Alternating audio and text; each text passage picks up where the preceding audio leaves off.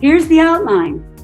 Now, there are storytellers who will tell you that you have to have 15 steps to get to the top of the arc of the story, and then you need 15 steps to get to the resolution. I believe you need 4 pieces. You're stuck. You have an opening. You take some action, and you see the result. Wherever you can tell the first overcoming story that you remember living, that's the story that will have the most impact. I want every story that you tell to help them stand in hope.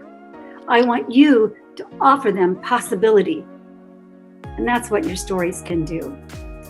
Stories can actually equal change. You want to see a change in the world or a change in your team? The stories can make that happen. And then they want to buy in because people do business with people they like.